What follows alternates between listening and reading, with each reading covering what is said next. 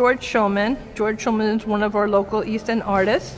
And this young man is going to be interviewing Audrey Flack today. And tell us your name. Charlie Riley. Good to meet you, George. Nice to meet you. It's a pleasure to hear these good stories. So George is second generation abstract expressionist, and he also had a canvas stretching company.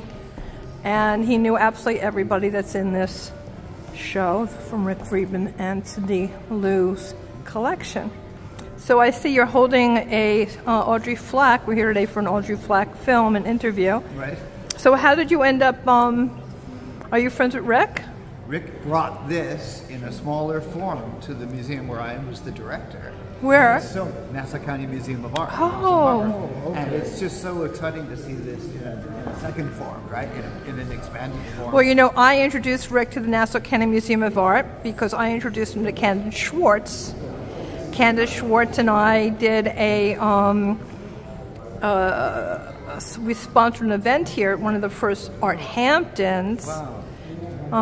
So we all go back from the Nassau County Museum of Art. Yeah. I want to hear his stories because working hand in hand with some of these guys. I knew Nick Carone, who started the 8th Street Studio School with Mercedes Matter. Wow. And I was friends with his son, Claude Carone. And de Kooning stayed with him when he was building his house, and my ex's friend, Hans Hogenstadt, built de Kooning studio. So I'm kind of connected in the circuitous way to all these people. It just kind of happened. No, but you were there. So when the masterpieces were being made. So de Kooning, when he was 3 years with Claude's dad, Nick, he wrote a manuscript and he gifted it to Claude.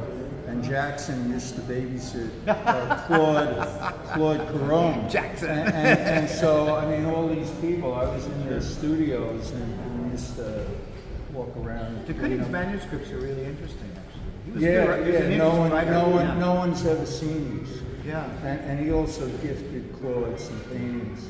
No, so I like the manuscript. I was the first to kind of read through these things, which is kind of like our nut, whose son Terry Crumb worked for me. In the city. I ran a place called Jamie Canvas, which is now in the Smithsonian.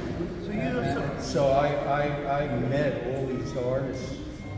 But you know what's sort of behind these. You know what went into these things. Oh yeah, you know how, I was there when she tore up her drawings and started gluing them. I'm talking about Lee Krasnoff. And then I helped her glue them. I mentored Basquiat.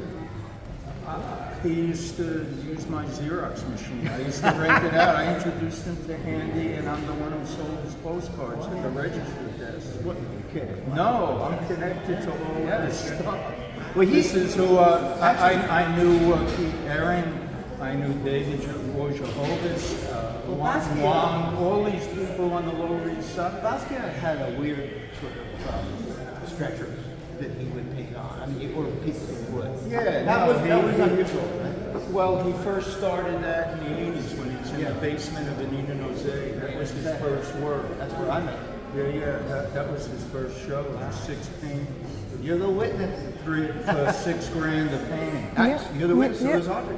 Yeah. A really historic day. Well, Gracie Mansion showed his work down there in the bathroom, and so she used to come in this door. Lower East Side. Yeah. It was fascinating. Those are good days. Yeah.